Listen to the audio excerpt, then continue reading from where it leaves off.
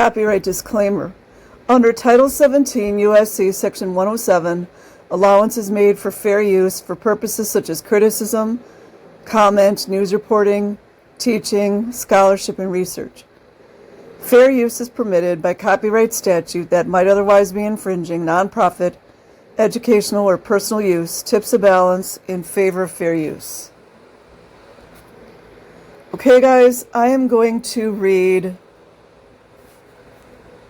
Chapter 1 of Scythe Tllepo by Nathan Rich. My mother once described to me the moment of my birth. There were all these beings circling me. We picked each other. I saw you. You were just like, boom, this is my body. And that's how it happened. We met when I was still in spirit form at Los Angeles Cedars-Sinai Hospital in 1982. I assumed control of the life she was creating, and 2 days later, just 40 minutes before Valentine's Day, I was born as her new baby boy, the beginning. It all started in 1951 when World War II veteran Martin Rich married the love of his life, Frances Pfefferkorn. Martin was a first-generation American, born in New York City to a Polish-Austrian Jew family. Frances was adopted in Minnesota, but they both ended up in Los Angeles, where they found each other and made a new family. They had 3 Jewish daughters. Sharon was born in 1953, Arlene in 1956, and finally my mother Julie in 1959. They grew up together in Woodland Hills, California, in a time of big changes for the country. Communism, the Vietnam War, and the hippie drug culture were major cultural influences in those days. Uncertainty about the future was a real problem in the United States. There was trouble in the air. Sharon, the eldest, discovered an antidote to that trouble when she was just a teenager, something which promised to solve all of life's problems. In the 1970s, she began practicing Scientology, a faith system, commonly described as a cult, with several thousand members. One by one, it spread to the other family members. Scientology, according to its founder, Lafayette Ronald Hubbard, is not a psychotherapy nor a religion, but a body of knowledge which, when properly used, gives freedom and truth to the individual.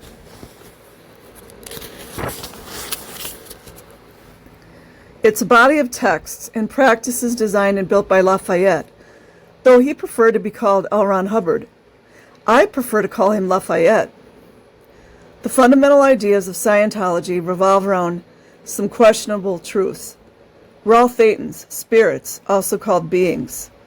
The way science currently determines the age of the universe is wrong. Its actual age, according to Lafayette, is many quadrillions of years. We thetans have existed for a comparable amount of time, and were originally all-powerful gods. But over time, we have done so many things to everyone else that we have become degraded. Scientology claims to possess the steps to unravel the damage done and return us to our native state, godlike. As it spread through the family, the girls grew up and made families of their own. The sisters each married Scientologists and raised Scientology children. It was the beginning of a new family, the author.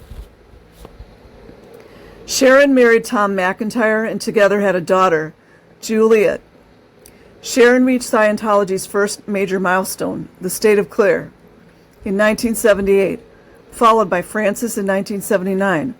A clear has no compulsions, repressions, neuroses, or psychoses.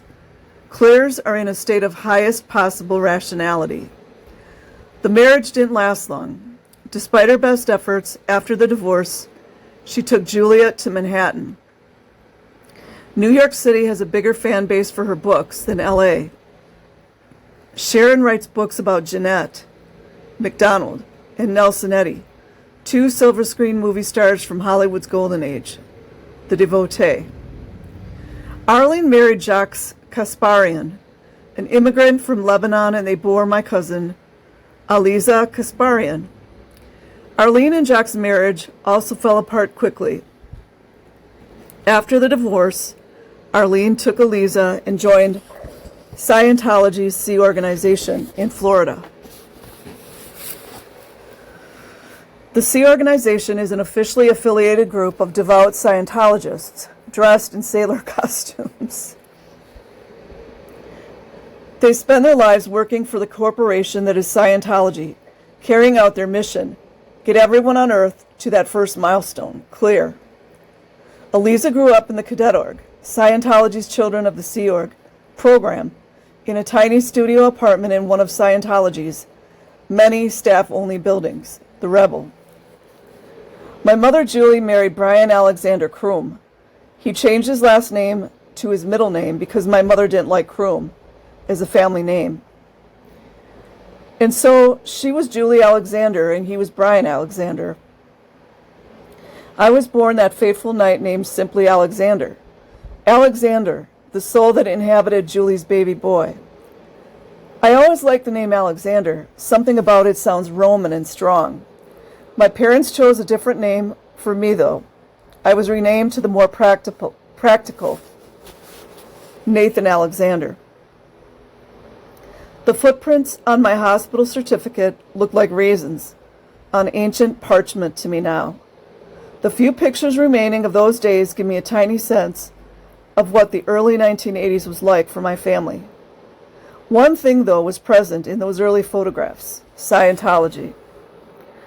Before Brian, Julie was married for a short time to another man, a fact my mother never disclosed to me.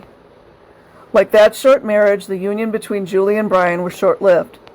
By the time I could form lasting memories, they were already divorced, and Julie had disconnected from Brian completely. My mother's marriage to Brian fell apart because he wasn't a model Scientologist.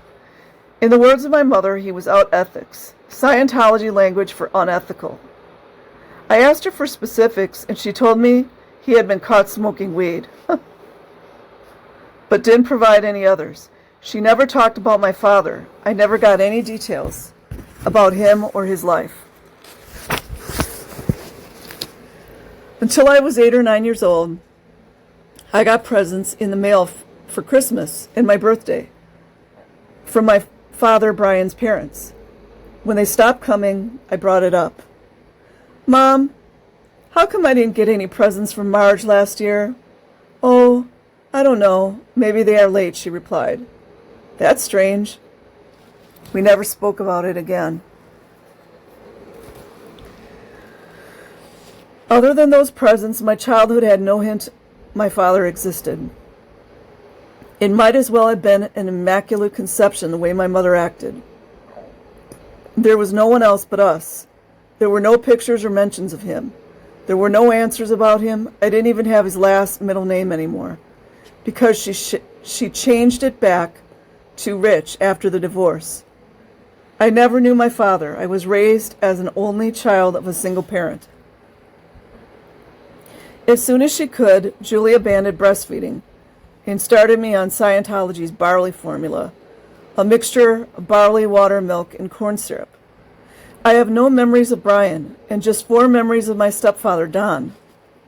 Julie's third husband liked the time he drove me around in his white car, veering left and right to make me laugh. Another time he poured his drink down my mother's dress at my aunt's wedding. I was around 5 years old. He was drunk, and they were fighting. He had kids from a previous marriage that he brought to our apartment one time.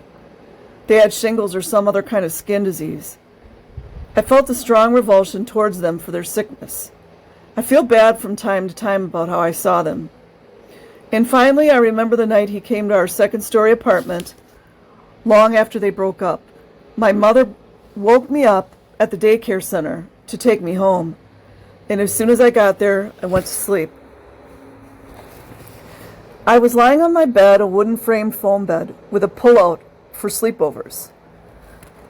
On it were the essentials: He-Man sheets, a brown blanket with lions on it, my stuffed lion, and a pillow. Despite my betting, I wasn't particularly into lions. I like dinosaurs more, but lions are one of the icons of Scientology. So instead of dinosaurs, I got lions. It's also Freemasonic. I drifted to sleep. A voice woke me up. Disoriented, I looked around. I noticed my stepfather was at the window looking in. He was on a ladder, with a serious look on his face. Why is he at the window? That's silly. As I was about to speak, my door opened behind me, and my mother rushed in. She scooped me up and held me at her side as she started yelling at him. Oh, he was trying to get him.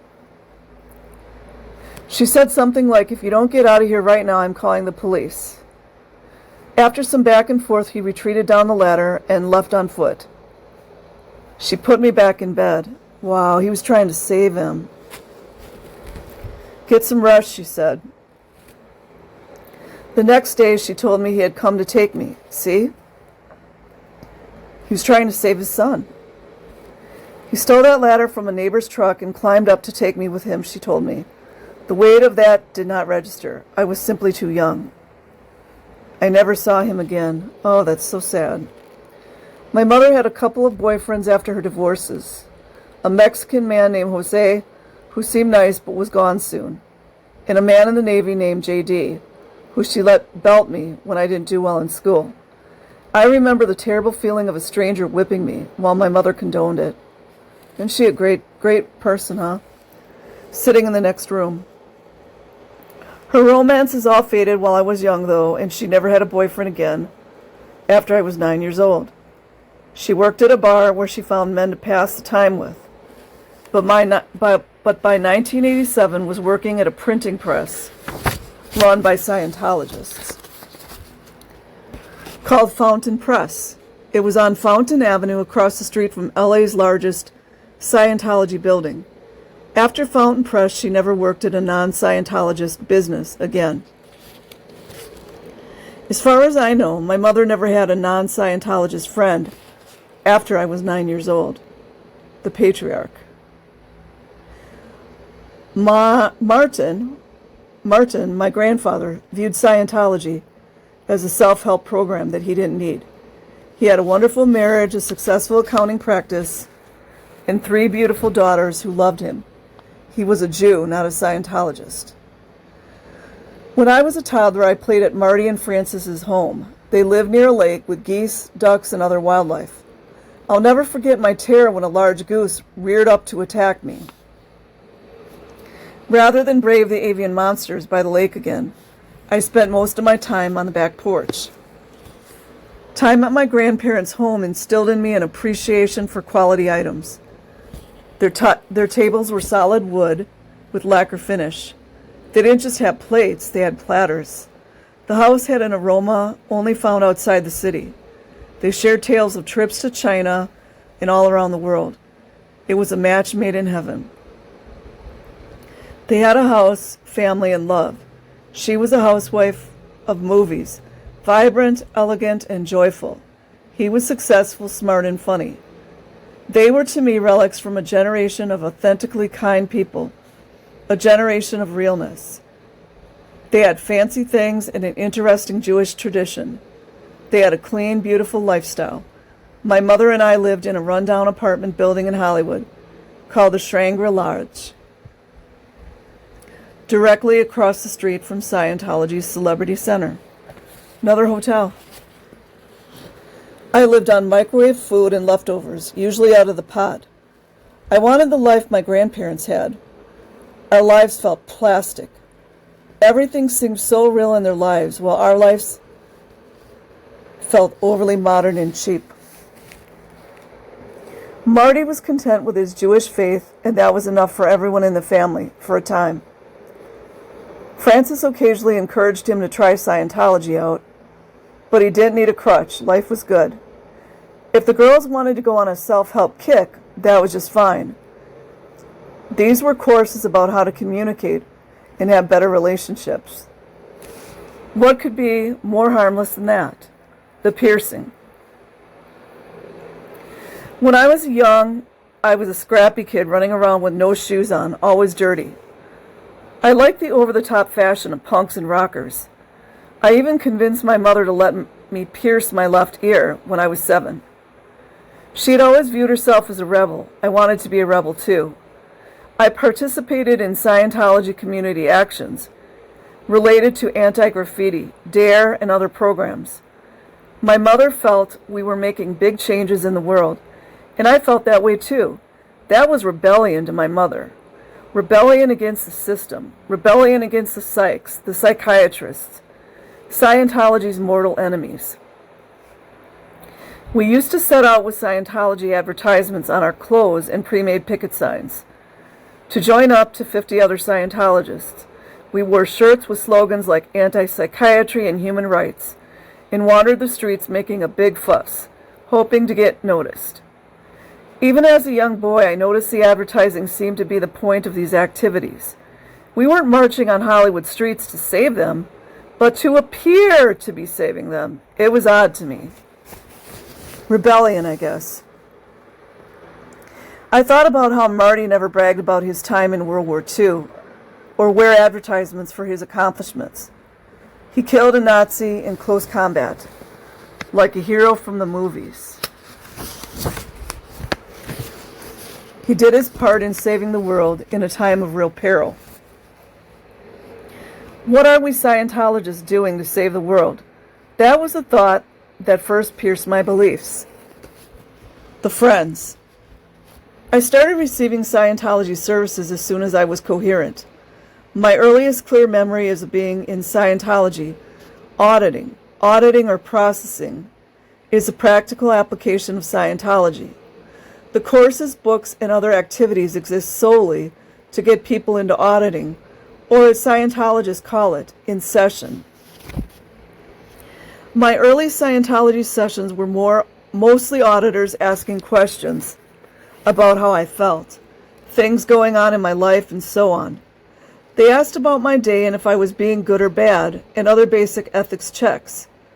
My mother's mood was good when I went into sessions, and bad when I refused them, so I agreed to the auditing to keep her happy.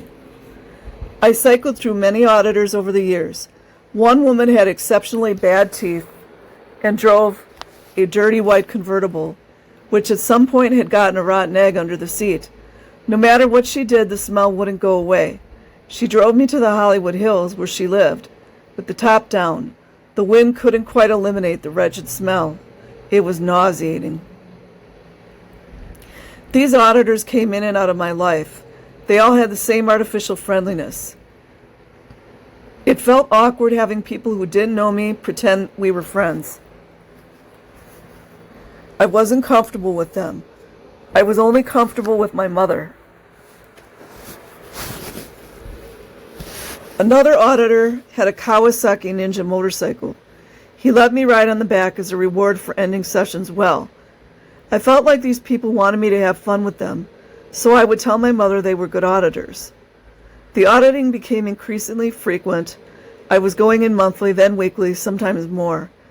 As I slowly realized there wasn't any end in sight to the sessions, it began bothering me on a deeper level. I didn't want to talk to strangers about my life or anything else. I also sensed things I brought up in session were being shared with my mother, which made me even less willing to open up to them. I had a deep-rooted desire to go out and live life, rather than discuss it. I felt these auditor people were talking to me about a life I hadn't even started yet. Auditors are trained to prevent people from leaving sessions in a negative emotional state, physically if needed. That was the situation I was in when my first memory formed. I was lying on the gray carpet of an auditing room, crying to go out and play, while the auditor repeated his questioning. I can still smell that gray carpet today. The auditor made me return to the processing. The only way out was to give him what he wanted. Giving in got me out of the room while keeping my mom happy. I came to understand this paradigm before age 5. I had to submit to these other people in Lafayette's Scientology. There would be no play without submission. My mother withheld love when I resisted, but when I submitted, she was all smiles. I wanted to be normal and go play like the other kids. Each incident of crying and resisting invariably ended in surrender, For the sake of my mother and stability, I needed to sacrifice to keep our family happy.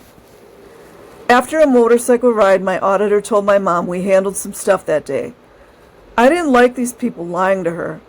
I wanted them out of my life. Cujo. At home, we had 2 male tabby cats. In those early days, Cujo had brown fur and an intense stare. Clovis, yellow, was the softer of the 2. My mother named Cujo after the dog in Stephen King's novel. She told he had the personality of a dog, though I never did figure out what she meant by that. Clovis got his name from his previous owners. I really love those cats. They were my only companions other than my mom.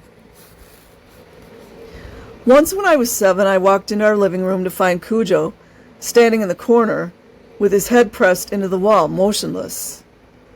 That's weird. What is he doing? Mom, Cujo's acting weird, I called out. She came out of her room and lightly pulled him away from the corner as we both silently observed. Cujo wandered away back to his normal self as we shrugged it off. A few days later, we spotted Cujo with his head in the corner again. This time when my mother pulled him out of it, he tried to go back to the corner. She pulled him out again and he wandered away like before. Cujo started repeating this behavior every couple of days, and then every day. It was strange and worrisome because as the days went on, he was trying harder to stay in the corner. My mom and I eventually took him to the veterinarian. After a thorough check, they informed us he had a brain tumor and wasn't going to survive. I asked my mother what we could do, and she told me we had to put him down. I panicked. No! I was already starting to sob in front of the veterinarian. Can't they do a surgery and remove it? Well, the surgery will be expensive, and there's a low chance that it would save him, she told me. How expensive? I desperately stalled for time. She asked the veterinarian the price. It was $250, the lady guessed. I had no idea what $250 meant, but it sounded like a lot. I don't think we can do it. Nay. We're going to have to let him go. What the hell is she saying? This is Cujo we're talking about. I was furious that she thought this way. I was beside myself with grief as I tried to think of anything I had of value, expensive. I started crying as she told the vet to put him down. They brought Cujo out in a cage and set him on the counter in front of us. I held him one last time as I cried and apologized in his ear. My mother thought I was apologizing for putting him down, but I wasn't. I was apologizing for my mother saying it was too expensive. My mother told me she communicated with him after he died. She communicated with the Thetan that was Cujo. She told me he was going to be a human in his next lifetime, and I believed her. Cujo was my best friend, and he was gone days after he showed signs of a problem. I was deeply saddened by Cujo's death, and I still think about him sometimes. When I do, I am sorry all over again. He was like a little brother to me. Cujo, if you're out there, please email me. I miss you, buddy.